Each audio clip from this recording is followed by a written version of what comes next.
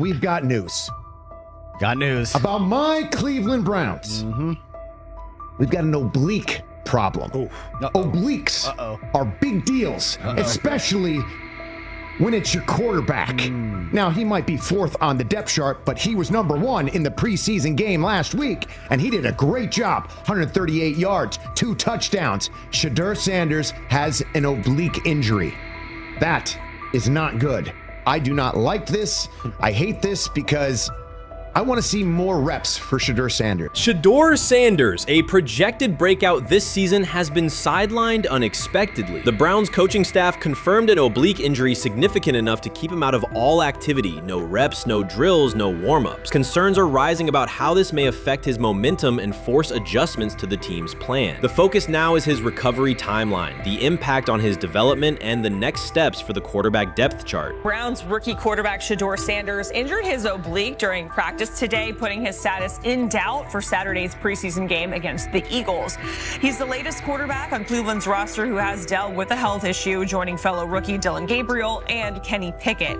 Sanders, who is trying to fight his way up the Browns depth chart, started the preseason opener last week and threw to practice. So how concerning is this for Shedeur as he is trying to, again, make his way up the depth chart, be QB2, potentially QB1 in the future? Dillon Gabriel taking Shedeur Sanders' QB1 spot after Sanders suffers an oblique injury is more than a roster change. It signals the staff is choosing urgency over efficiency. You do not replace a quarterback operating near a 70% completion rate with one coming off a 32% outing unless the decision is driven by desperation or poor evaluation. That is not strategy, it is avoidable loss of production. The impact on accuracy, timing, and drive sustainability is clear, and the difference is apparent to anyone watching. Well, here's what we know. I mean, after practice, Kevin Stefanski, the head coach of the Cleveland Browns, was not available to the media, but I did talk to him on the field as the players were coming off, and he told me that Shedeur Sanders complained of oblique soreness during the warm-ups this morning. Shedeur Sanders' absence isn't just a gap in the lineup, it's a setback for the entire offense. He thrives under pressure and makes throws others won't attempt. When he's healthy, every pass has intent, every drive has rhythm, and opposing defenses know they're in for a long day. Replace him with Dillon Gabriel and the defense senses an opening. Corners press tighter, safeties cheat down, and linebackers blitz more aggressively because they don't expect the same timing, velocity, or accuracy.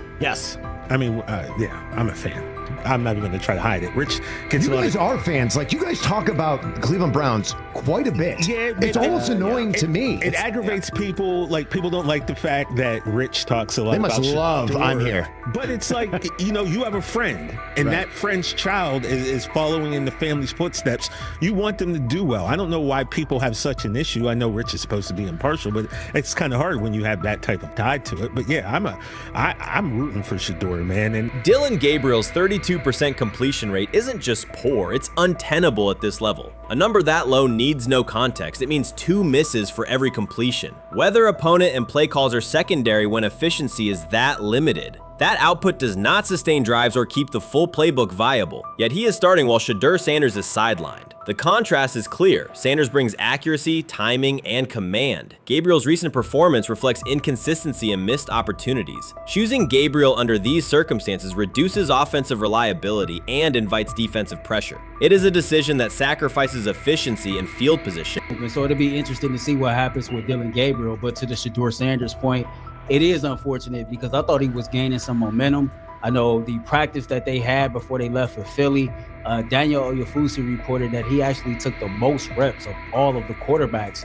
And that was the first time that had happened. It was the first time that he had went ahead of Dillon Gabriel, practicing with the twos, etc. So, like, coming off that stout performance against the Carolina Panthers, he was gaining momentum. If this were a clean evaluation, there would be no debate. Shedeur Sanders is the clear choice. He's accurate, composed, and consistent with a track record of high-level production. Dillon Gabriel remains a question mark, and not the kind that stresses defense. He's the kind that makes coaches consider leaning on the run to limit risk and protect field position. The reality is that injuries create openings for players who haven't earned them. Gabriel has stepped into QB1 while Sanders is out, but that reflects circumstance, not superiority. We don't know the severity of this oblique injury and whether it will even keep him out of Saturday's game against the Eagles.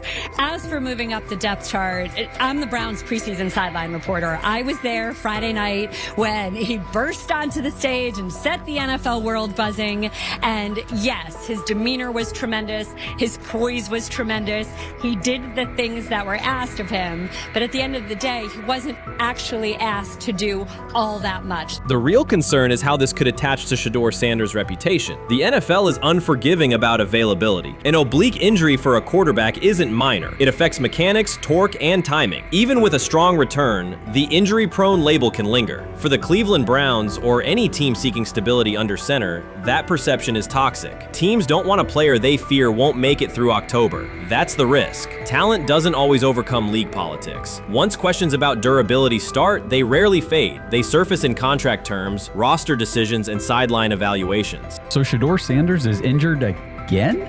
If you were following along on social media today for the Browns' first joint practice in Philadelphia against the Eagles, wow, you were in for a tumultuous ride. I mean, all the reporters, both Browns and Eagles reporters, were pretty much flabbergasted at the fact that Shedeur Sanders was taking 0 team reps during the day, and even Tyler Huntley was getting team reps instead of Shedeur. And then it came out, obviously, you know, everybody's speculating. There's people calling for Kevin's jobs. And before I go any further, I don't blame anybody, ever. Meanwhile, Dillon Gabriel's numbers should be sidelining him, not elevating him. A 32% completion rate isn't a dip, it's a warning sign that points to issues with field vision, timing, and receiver cohesion.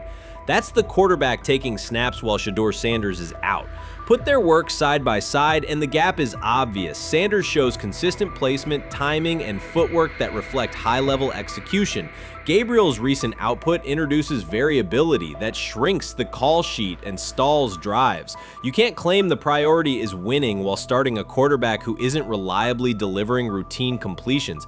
Fans recognize it, receivers lose confidence and tempo when targets are off, the offensive line's urgency fades when protection doesn't translate into productive throws, team belief in the quarterback is fragile, and once it erodes, a season can come apart quickly.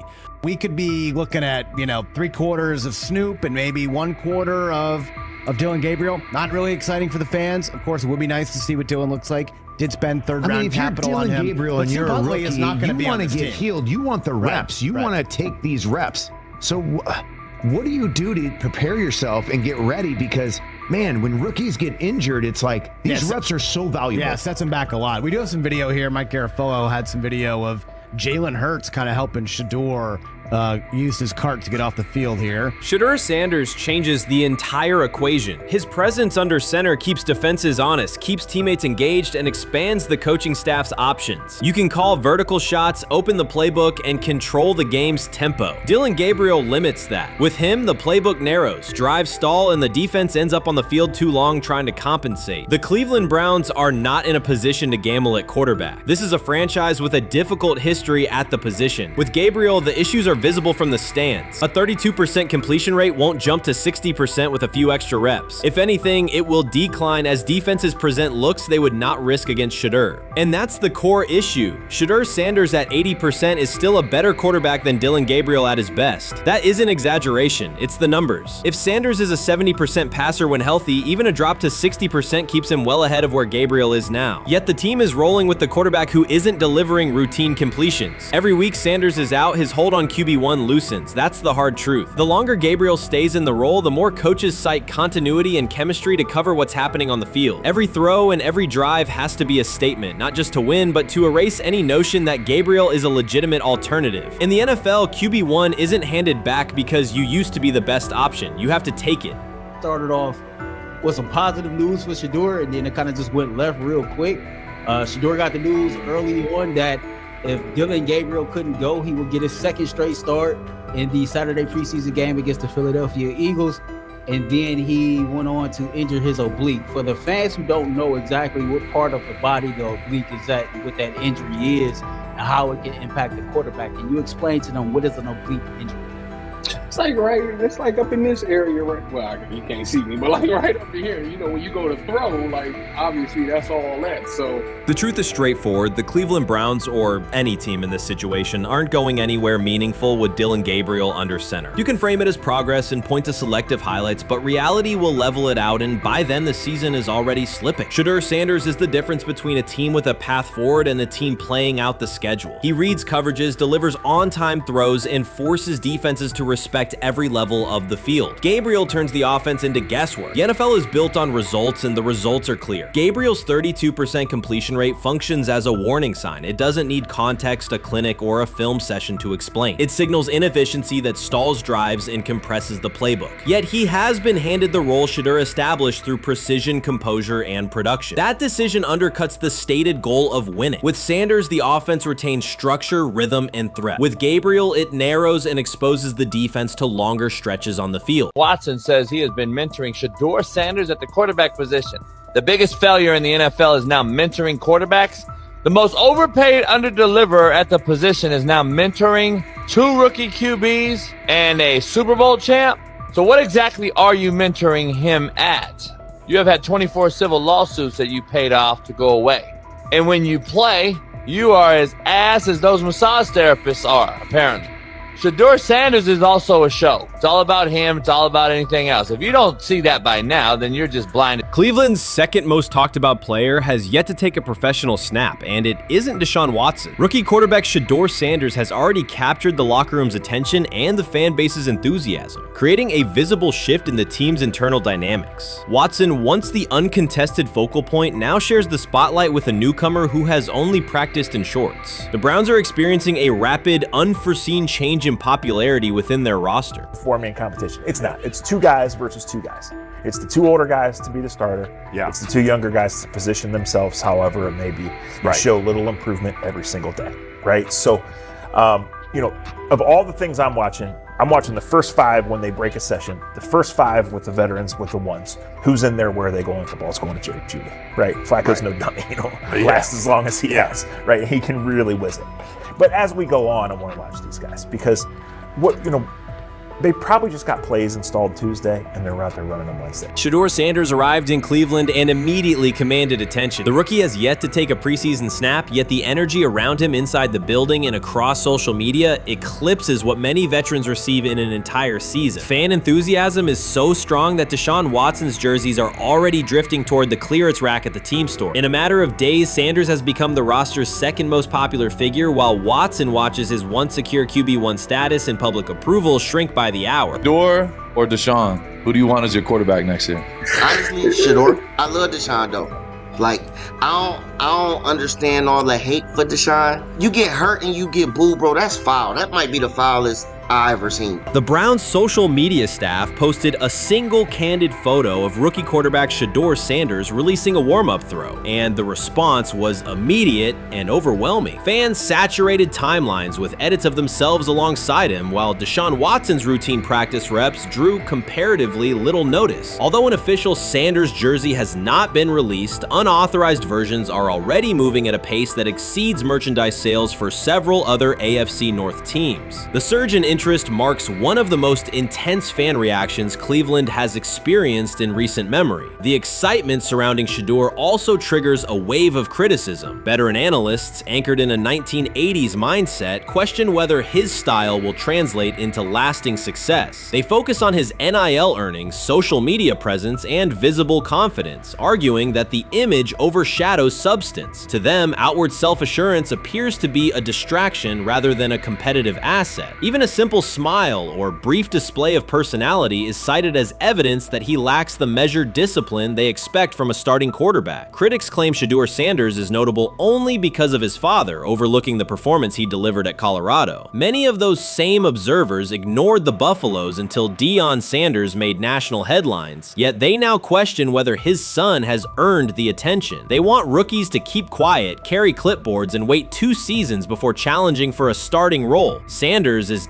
disregarding that script from the moment he arrived. His presence has already turned Cleveland's quarterback discussion into a genuine two-man competition before a single preseason snap. Deshaun Watson maintains publicly that the situation does not concern him, but it is hard to believe the pressure is not real. A fully guaranteed contract protects his paycheck, not his standing in the locker room. Sanders, meanwhile, is translating charisma and early momentum into tangible influence with teammates, coaches, and fans, reshaping expectations for who will lead the Browns on opening day. I'm a firm believer. If I wanted Shedeur Sanders at 2, at worst at 33, of course I already think that he's better than other quarterbacks. Because that's the type of talent, that's where I would have picked him at.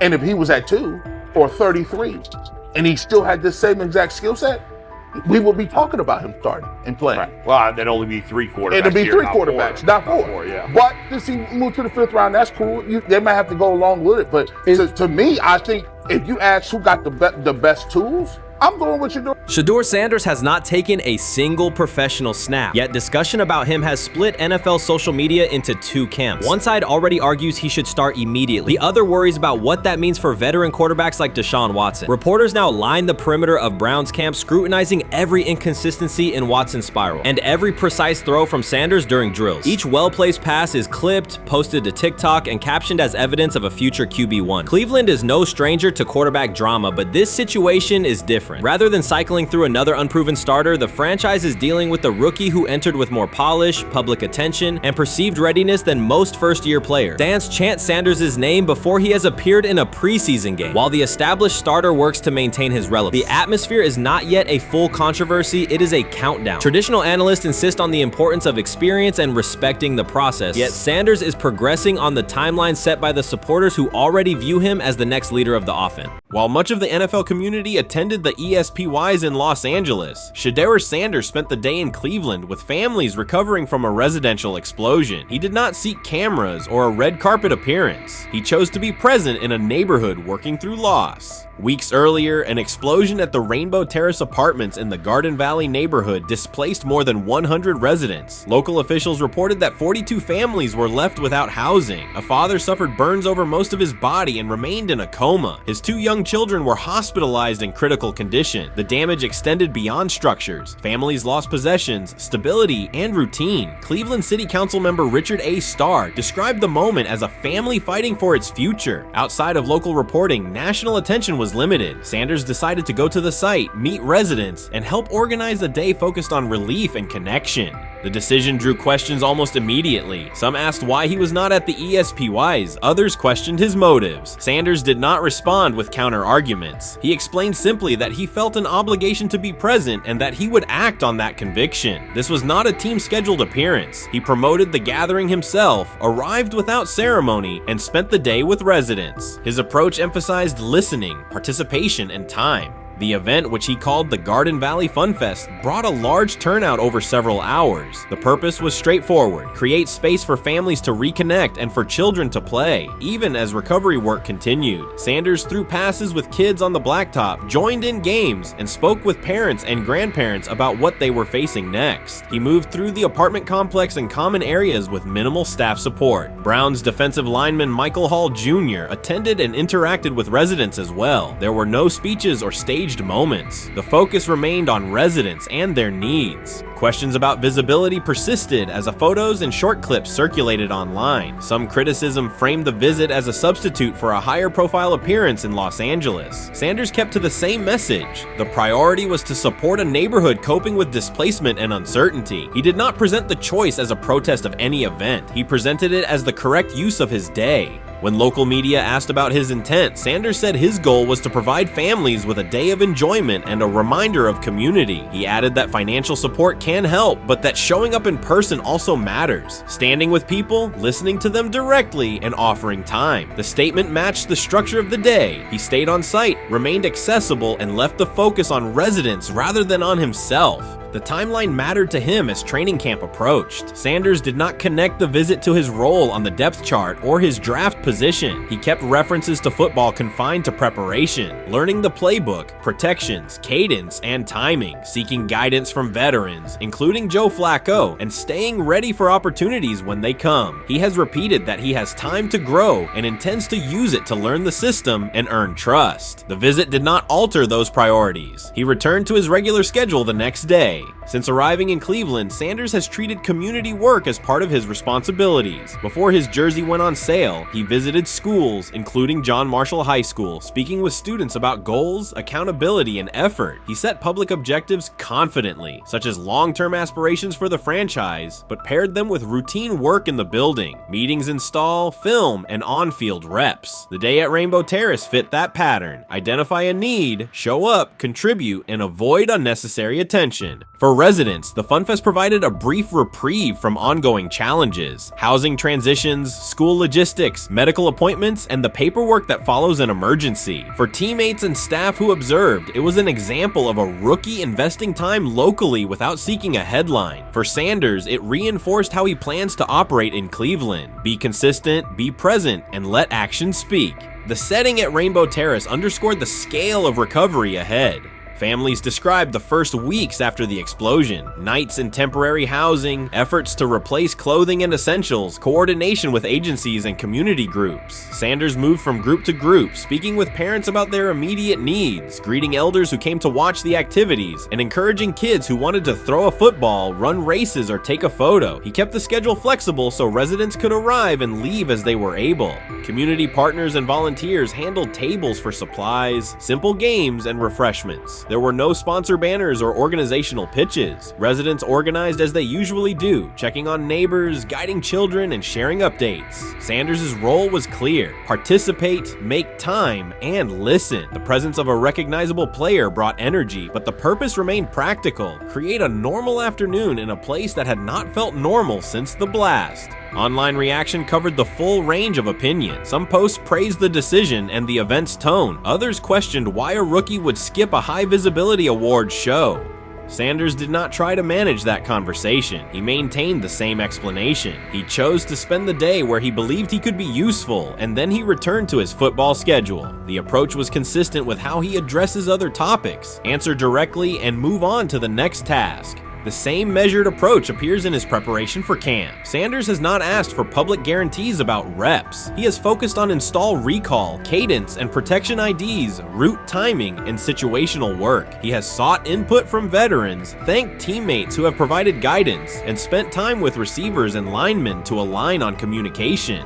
Coaches have emphasized that the quarterback competition is a process, and Sanders has accepted that framework. His emphasis remains on readiness. None of this overshadows the experience and resumes of other players on the roster. It does provide a clearer picture of how Sanders operates as a professional. He separates off-field actions from promotional efforts. He keeps football preparation focused on what he can control. He communicates with teammates across position groups so that timing and expectations are shared. He does not try to steer attention in his favor. He tries to make steady progress. The day in Garden Valley was one example. He arrived without a speech, stayed for hours, and left without an announcement. He did not ask for recognition. He offered time. Residents responded in kind. Kids lined up for catches and races. Parents and grandparents asked about camp and wished him well, and neighbors coordinated rides and schedules around the event. The atmosphere felt like a neighborhood gathering, not a media production. Local leaders who were present or who spoke later emphasized that recovery will take months. Families will continue to navigate housing, healthcare, and daily logistics. Events like the FunFest do not resolve those issues, but they help sustain community connections and morale. Sanders' contribution was to create a space for that to happen and to treat the day with the same seriousness he applies to practice: plan, execute, and keep the focus where it belongs. As the preseason approaches, Sanders will continue to compete for opportunities on the field. He has said he will be prepared when called upon, and that he understands the importance of mastering details before focusing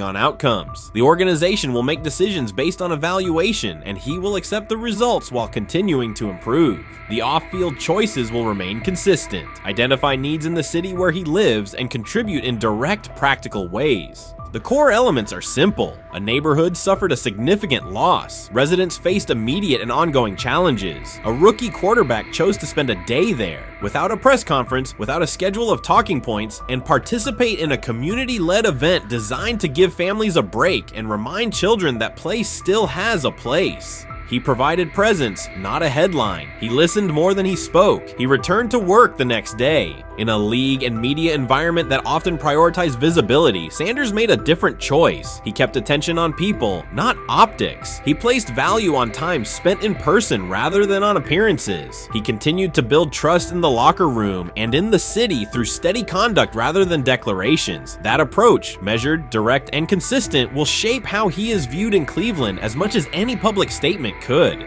The outcome of his football career will be decided on the field by installations learned, reads made, throws delivered, and games played. The outcome of his role in the community will be measured by smaller, quieter moments. Afternoons like the Fun Fest, school visits, and unannounced stops where listening matters more than being seen. For Cleveland residents at Rainbow Terrace, the takeaway from that day was straightforward. Someone who represents their team showed up, stayed, and participated without fanfare. For Sanders, it was the same. Do the work in front of you, whether that is a practice period or a neighborhood event, and keep the focus on the people who are affected most.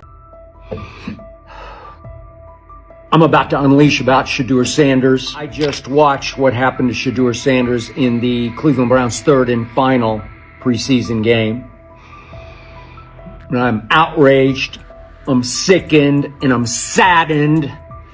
By the way, Shedeur continues to be treated in the National Football League now by those sorry-ass Browns and sorry-ass Kevin Stefanski. The Cleveland Browns are once again mishandling a promising quarterback. Skip Bayless criticized the organization for failing to develop Shedeur Sanders and for misusing his skill set. He argued that the team's decisions are undermining Sanders' progress and turning a major investment into a cautionary example. Bayless pointed to inconsistent usage, questionable play calling, and a lack of clear direction as key issues limiting Sanders. He said the Browns need a defined development plan and stronger support if they expect Sanders to succeed. Skip Bayless delivered a direct, critical assessment this week. After seeing Shedeur Sanders in a Browns uniform, he argued that Cleveland is mishandling the quarterback and undermining his development. Bayless said the team's approach shows poor planning and inadequate support around Sanders. He dismissed excuses about strategy and emphasized the need for better coaching, deployment, and protection. In his view, the Browns are setting themselves up for problems before the season begins unless they establish a clear plan for Sanders. Given the team's recent decisions, his reaction is understandable. Cleveland has a history of inconsistent quarterback development. Shedeur Sanders is a premium prospect, the son of a Hall of Famer,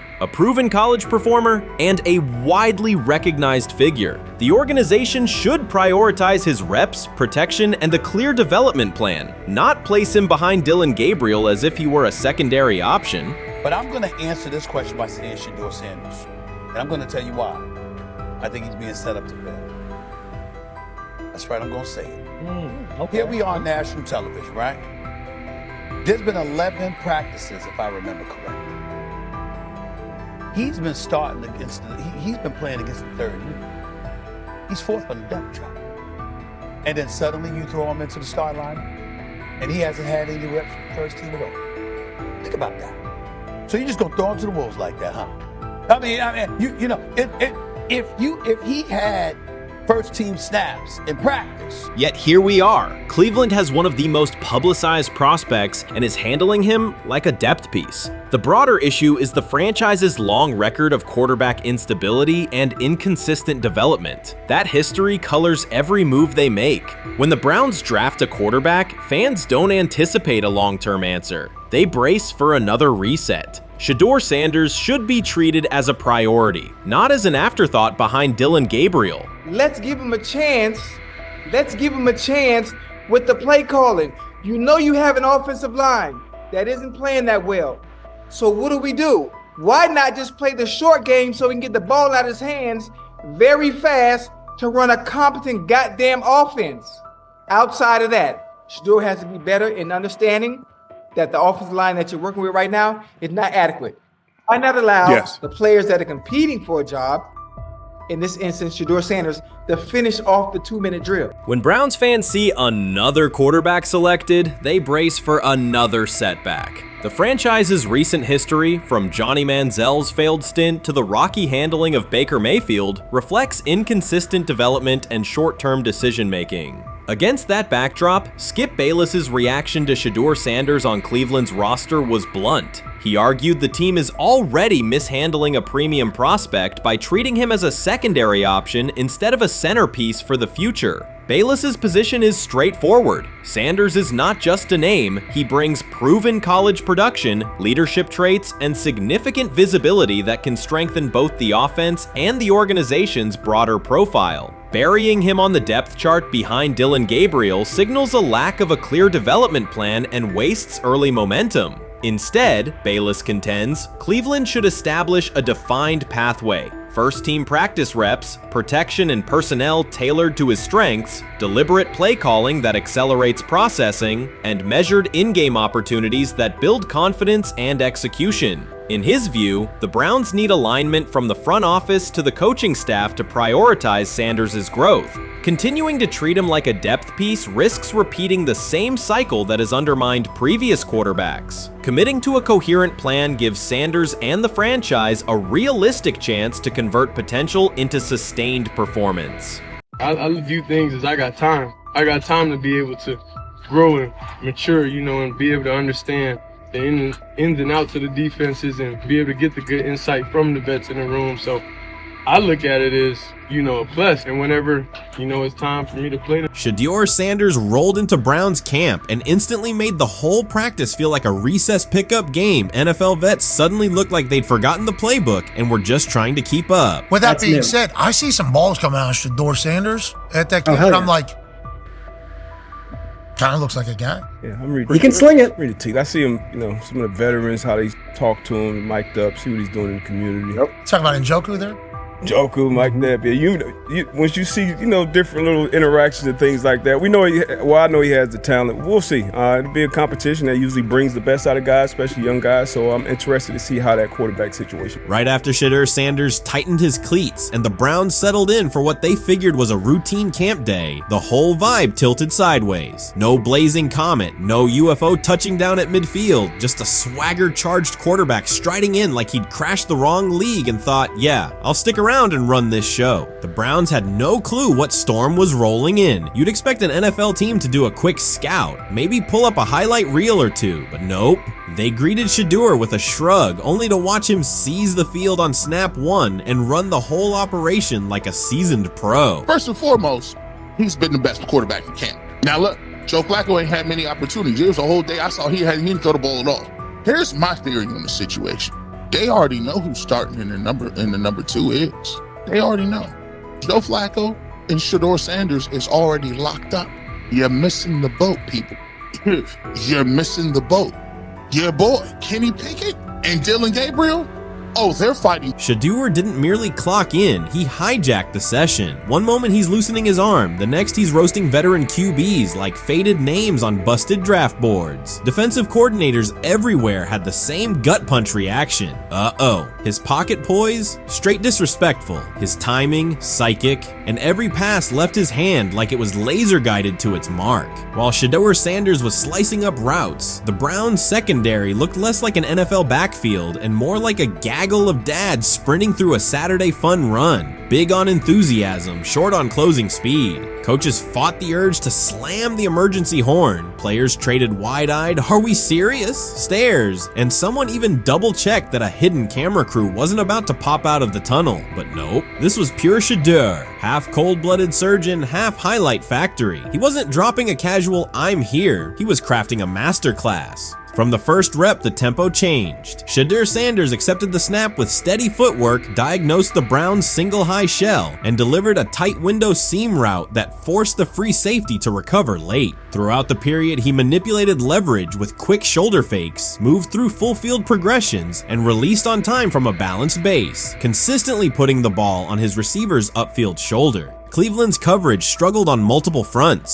Safeties hesitated between deep half responsibilities and underneath support, creating voids at 15 to 20 yards. Cornerbacks and off-man were caught in trail position when Sanders used rhythm throws on three-step drops, while those who tried press technique had their inside hand neutralized by his receiver's outside releases. Linebackers widened to match shallow crossers, leaving the middle hook unguarded for pivot routes and option digs. One corner attempted a line of scrimmage jam. Sanders immediately adjusted the route to a back shoulder fade, releasing the ball before the break and rendering the press ineffective. Over the session, he showcased pocket discipline, reclimbing to maintain throwing lanes rather than drifting, and finished with a series of anticipatory throws against cover 2 cloud, fitting vertical outs between the flat and deep half defenders. Sanders' combination of rapid post-snap processing, precise ball placement, and pocket efficiency exposed coverage mismatches at every level and highlighted communication gaps in the Browns secondary. By mid-session, the Browns defensive staff clearly recognized their calls were outmatched. Every adjustment, a roll to cover 6, a simulated pressure, a late rotate to too high, was neutralized once Shedeur Sanders confirmed the post-snap picture. Routes that had taken weeks to script were beaten by timing and location. Comeback set at 12 yards broke open before the corner's transition. Slot seam outs dotted the void between the flat and deep half defender, and boundary receivers beat press with quick hand techniques, receiving the ball before the trail man could recover. Sanders' command was methodical. He used cadence to freeze plug blitzes, re-ID'd the mic when linebackers sugared the A-gaps, and maintained a firm base so he could reset and fire without resetting his feet. His receivers benefited from that rhythm. Top of the stem, eyes back, ball delivered on their upfield shoulder, allowing immediate transition to YAC. The Browns front tried a late stunt to compress the pocket. Sanders climbed 2 steps, re-spotted the shallow crosser, and delivered in stride, turning a potential sack into a 20-yard gain. What stood out most was how little ramp-up Sanders needed. From his first series, he processed full field concepts at tempo, cycling through progression reads without hitching. The poise under interior pressure, consistency in ball placement, and ability to manipulate zone defenders left the Browns' coordinated disguise packages ineffective and forced them into static coverage by the end of the period.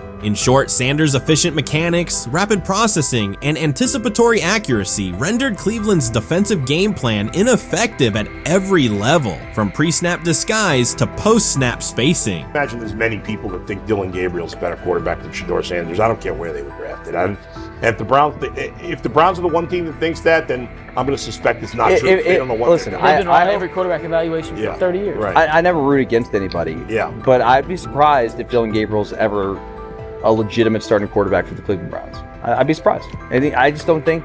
Well, then it is a wasted pick because you took him in the top 100. Yeah, but potentially. Yeah. May get away with it because of Shedeur. An edge rusher chirped at Shedeur Sanders between snaps, hoping to shake his rhythm. On the very next play, Sanders answered with a 30-yard laser, a deep dig from the boundary side that split the single high safety and the trailing corner. He hit the top of a 5-step drop, kept a firm base, and delivered on time to the receiver's outside shoulder, turning what should have been a routine rep into a sudden change explosive. From that moment on, every coverage wrinkle the Browns tried, rotating from cover 3 to quarter half, flashing a Tampa 2 shell, mugging both A-gaps, was met with a precise counter. When corners pressed, Sanders adjusted the route to a back shoulder fade. When safeties widened, he checked to a glance post. When linebackers bailed, he found the running back on a delayed option out of the backfield. Even late simulated pressures couldn't move him off his spot. He simply climbed, reset his feet, and fired. As Cleveland's defenders rotated through checks, Sanders manipulated them with cadence and eye discipline. He froze weak side safeties long enough to create intermediate windows, then feathered the ball into those lanes before help could arrive. When the Browns finally dropped 7 and matched every route, Sanders tucked the ball and converted 2 separate 3rd and 6 situations on the ground, reminding everyone that his mobility is as calculated as his arm. By the end of the session, the defensive coordinator's call sheet looked obsolete. Sanders had neutralized blitz looks, exposed spacing issues in zone, and forced the unit into static base coverage just to survive the period. completion. It wasn't a camp drill anymore. It was a clinic on timing, processing speed, and controlled aggression, delivered snap after snap by a quarterback who never needed a warm-up lap to own the field. They never planned on taking him. The problem is, like Ocho Cinco said, you got somebody that has endeared himself to the locker room. And guess what? The difference between him and Tim Tebow, the biggest one, is he can play. He can throw the ball. Tim Tebow running around being an H-back, he can throw the ball. And he's done everything he needs to do. He ain't saying nothing. He ain't rocking the boat. He ain't mad about the reps. He ain't mad about none of that. All the people out there want to see is this, like Tyler said earlier.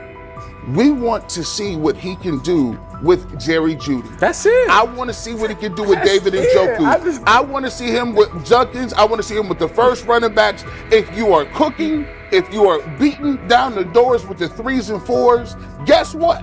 You deserve more. From the first team period on, Cleveland's secondary looked a step slow. A deep third safety hesitated on a post-snap rotation, leaving Shedeur Sanders free to climb the pocket and fire a 22-yard out that arrived before the defender could plant and drive. The supporting cast around him, players fighting for roster spots, not Pro Bowl invites, benefited from his command. Sanders used tempo to control the defensive front, altered protections at the line, and located throwing lanes so quickly that one receiver didn't register the catch until he crossed the goal line. As the Browns tried new personnel groups, coverage busts multiplied. Starters slipped out for hamstring stretches while rookies rotated in, only to find the ball arriving on their blind side before they'd completed a midpoint squeeze. On a later 3rd and long, Cleveland finally closed the interior rush lanes, compressing the pocket with 3 defenders. Sanders pivoted through the traffic, stepped into a narrow escape window, and, without resetting his shoulders, whipped a no-look pass to the boundary curl for a fresh set of downs. The throw turned a potential sack into an explosive play and left the coaching staff scrambling for answers. The people who are fascinated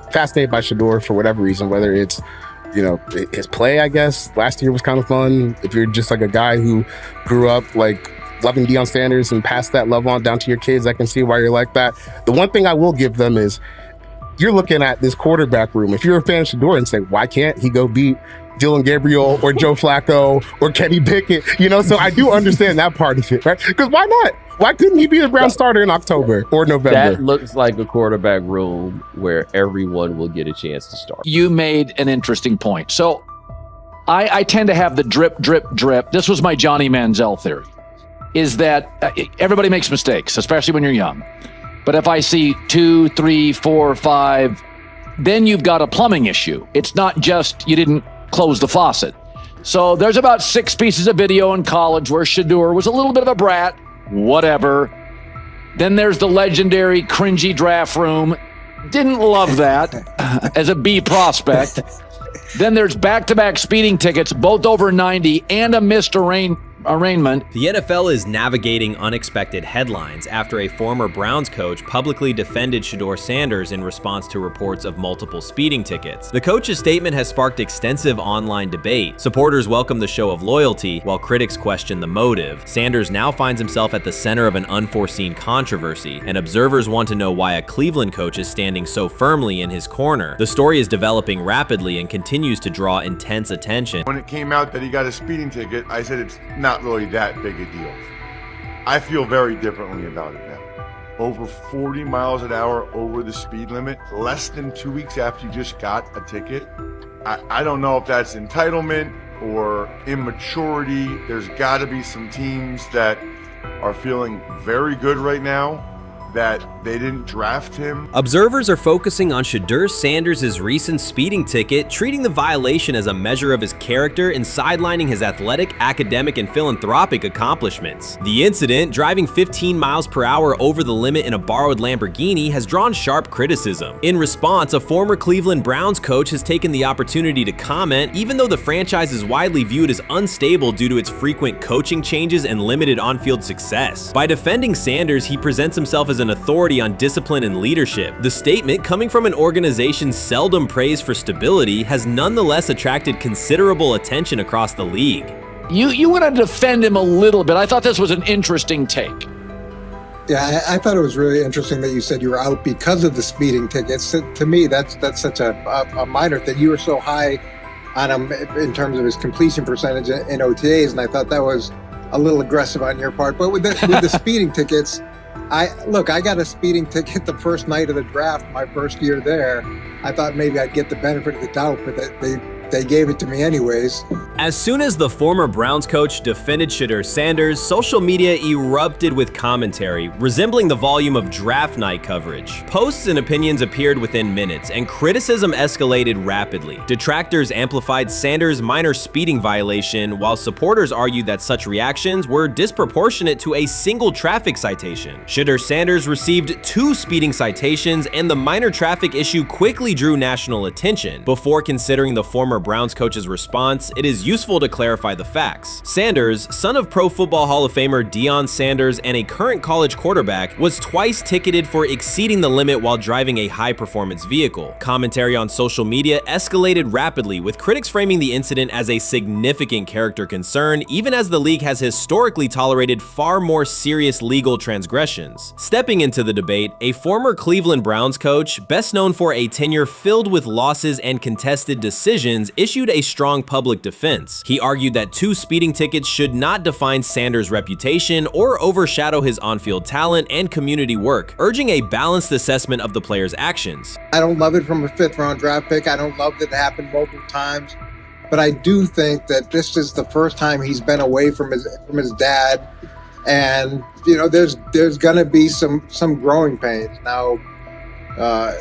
Would I sell my stock on it like you are? Not because of a couple speeding tickets, especially in light of the problems that Brown's quarterback room has had to deal with legally in the last few years. I mean, this is nothing. The debate quickly shifted from 2 speeding citations to broader claims about integrity, growth, and leadership. The former Browns coach framed the infractions as moments for personal development and urged observers to view them in context. Critics responded forcefully. Some called for disciplinary action, others questioned Deion Sanders' parenting, and a few sought to discredit the coach himself, despite his professional record already being widely analyzed across the league. The reaction underscores an apparent inconsistency in public standards. Fans often overlook on-field confrontations, heated sideline arguments, and other significant controversies, yet they treated Sanders' as routine traffic offenses, speeding without evidence of reckless endangerment, as indicators of serious character flaws. If such minor violations were adopted as the primary measure of morality in professional football, many players would face similar criticism.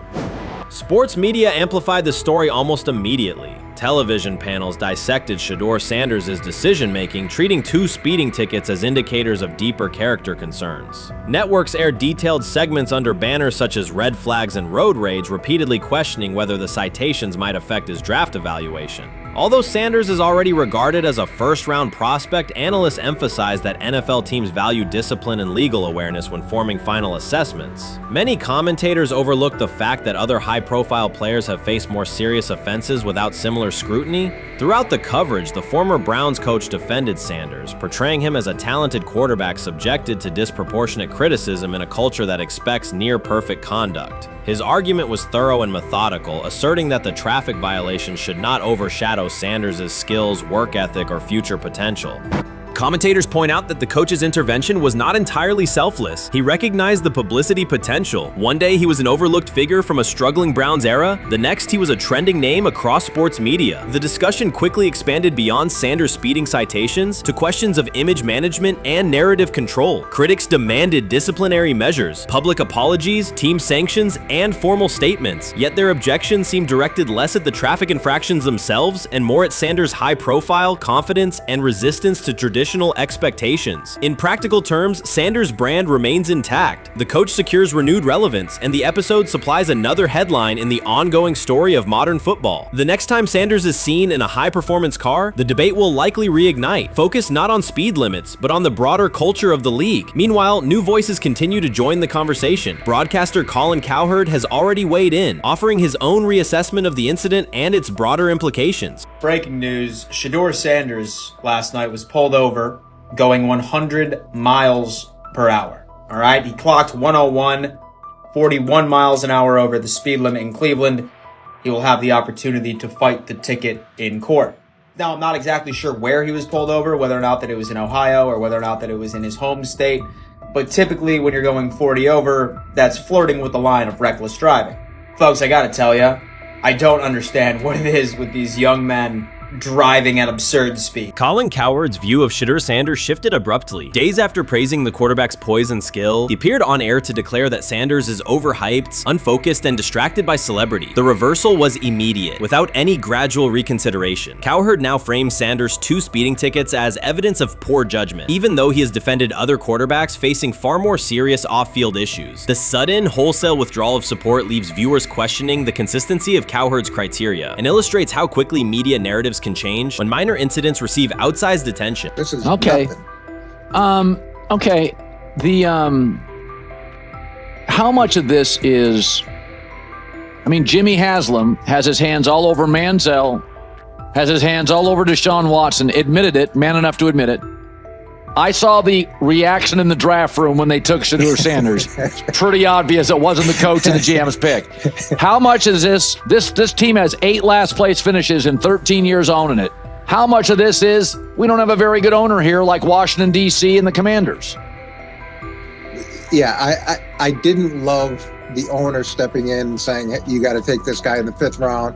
And I doubt they'll ever admit to it. While Colin Cowherd urged teams to move on from Shedeur Sanders, former Browns coach Eric Mangini offered a more measured response. Mangini, whose tenure in Cleveland was marked by mixed results, used his platform to provide context rather than condemnation. Instead of sensationalizing the speeding violations, he encouraged viewers to consider Sanders' circumstances. A 21-year-old quarterback whose life is scrutinized both on and off the field. Mangini acknowledged that the tickets were mistakes, but emphasized that they do not by themselves define Sanders' character or future. He noted the extraordinary attention athletes receive today, combining the responsibilities of quarterback, public figure, and social media presence. Under such pressure, missteps are magnified, and criticism multiplies quickly. Mangini concluded that any evaluation of Sanders should weigh the totality of his behavior, performance, and growth, rather than isolate 2 traffic citations as decisive evidence of poor judgment.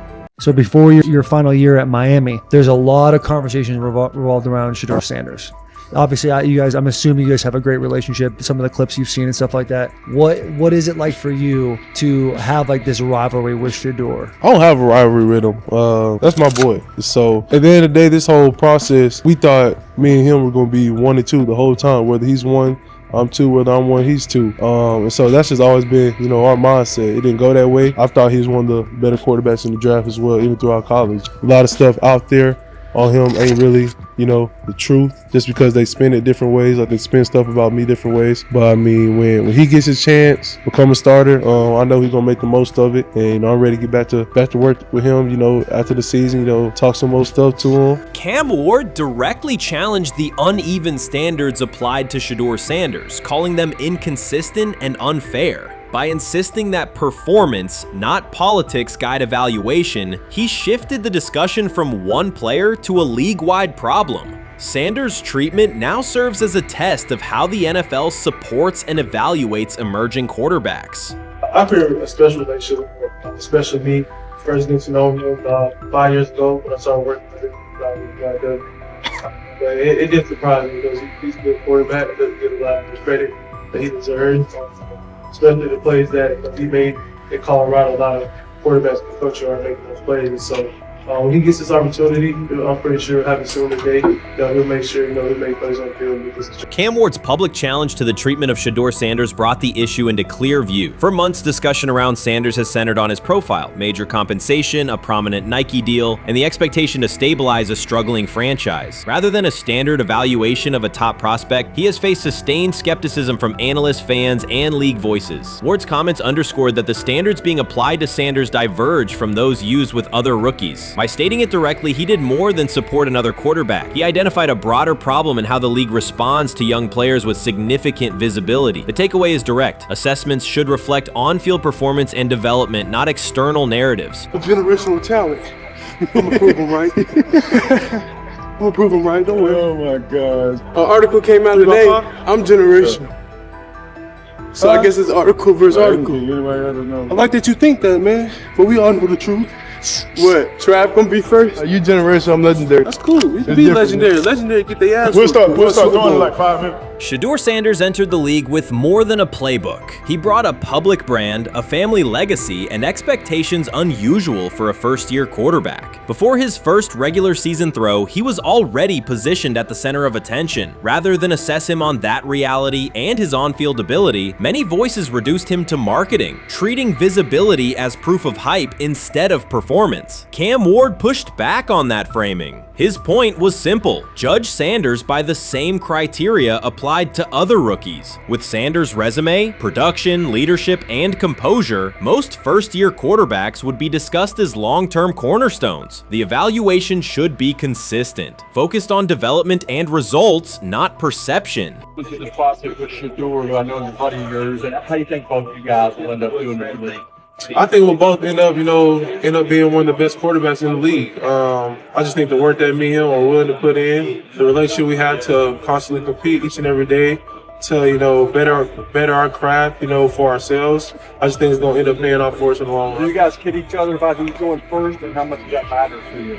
Yeah, we play around, we joke around with it. Really don't mean nothing. The draft pick will never mean anything. At the end of the day, you got to show whether you can prove each and every Sunday. You can't just do it 1 year. Disrespect shows up in two patterns. First, Shedeur Sanders is repeatedly framed through his father, Deion Sanders, as if lineage erases his own work. Discussion drifts to pedigree instead of what the film shows. Second, his visibility is treated with suspicion. His audience reach, partnerships, and ability to lift ratings are labeled hype rather than recognized as value. Instead of acknowledging that he drives demand and expands the stage for his team, critics call it an unfair edge. The result is a skewed evaluation. Star power is held against him while on-field production gets pushed aside. The standard should be consistent. Assess the tape and the development, not the last name or the attention it brings. Well, Ward, were microfacts. Cam Ward's remarks went beyond defending Shedeur Sanders. They confronted how the league manages star power. The reality is simple. The NFL markets visibility, but resists it when a player doesn't follow the expected script. Rookies are supposed to be quiet, deferential, and grateful for limited leverage. Sanders arrived with leverage, brand reach, major endorsements, and confidence. And that presence was recast as entitlement. Instead of treating those factors as earned advantages, much of the commentary used them to diminish him. Ward called out that contradiction. The same influence the league sells to audiences is criticized when a young player exercises it. His point is a standards problem, not a personality dispute. Evaluate Sanders on his preparation, leadership, and results. Don't penalize him for having a platform or for using the leverage that the modern NFL itself helps create.